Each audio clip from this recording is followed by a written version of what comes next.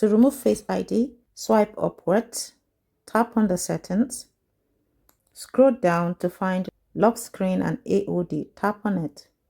So you would see screen lock and biometrics. You'll see the screen lock and biometrics. Tap on it, enter your PIN, and then you'll get it. You'll notice that I have 3 kinds of security on. This is 1, 2, and 3. So I want to remove the face recognition. So what I want to do is take off the face recognition here. I'm going to tap on the face recognition, tap on it. At the top here, remove face data. That's what I want to do. I want to take off the face data.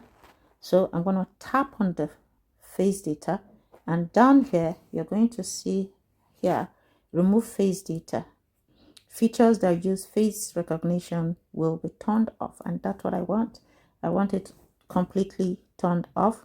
So I will be tapping on the remove here.